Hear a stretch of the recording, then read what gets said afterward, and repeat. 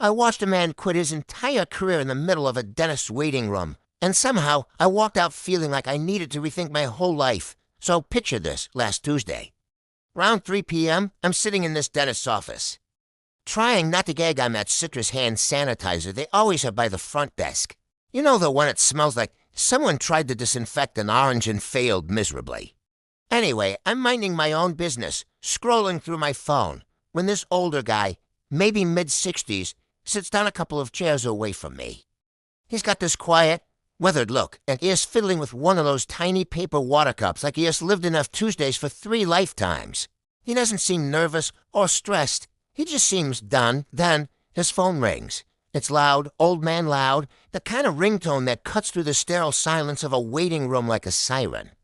He answers it without even a hello, just straight into it. He says, "I told you. I'm retiring. I don't care if the board thinks I'm bluffing." At this point, I'm trying my absolute best to pretend I'm not eavesdropping. I'm staring intently at a poster about gum disease, trying to look absorbed, but the receptionist is on her break. The room is dead silent except for the low hum of the air conditioner. So I hear everything, crystal clear. Whoever is on the other end of the line must be arguing with him, trying to change his mind, because the guy lets out this dry, sarcastic laugh. It's a sound that says, "I've heard this all before." He goes, "Buddy, they're still running the software I wrote back in '92. You really think they're going too?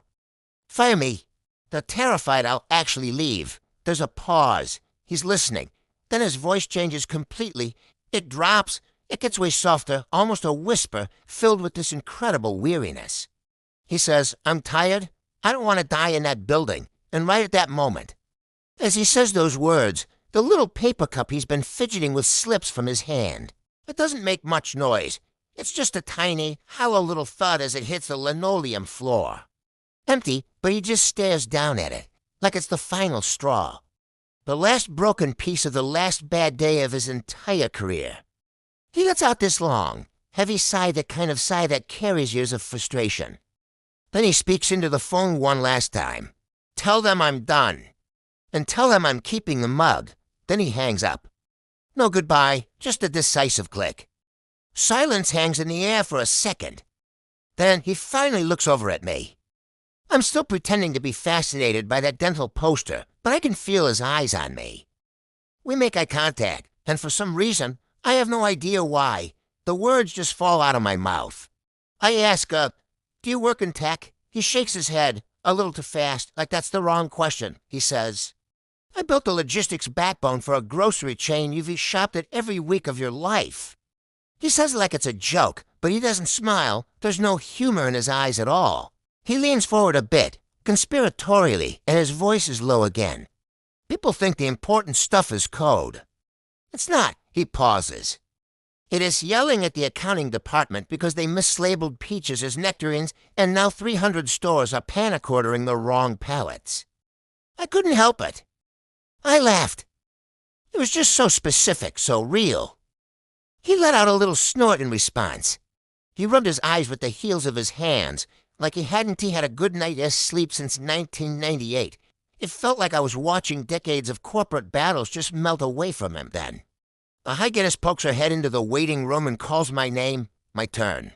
I stand up, grab my bag, and as I'm walking toward the door, he says something else, still not looking at me, just staring at that spot on the floor where the cup fell. He says, "If you ever find something you're great at, don't tell anyone. They'll chain you to it." And honestly, that line hit me harder than the Novocaine ever could. It just echoed in my head. They'll chain you to it. So I go in, get my teeth scraped and polished for 30 minutes, enduring the small talk and the weird noises. The whole time, all I can think about is that man, his phone call, and that warning. I come back out into the waiting room, and he's gone vanished. But the little paper cup? It's still there, lying on its side, right in the middle of the floor. The receptionist walked right over it on her way to refill the Keurig. Didn't even seem to notice it. I thought about picking it up. I really did. I almost bent down, but I didn't.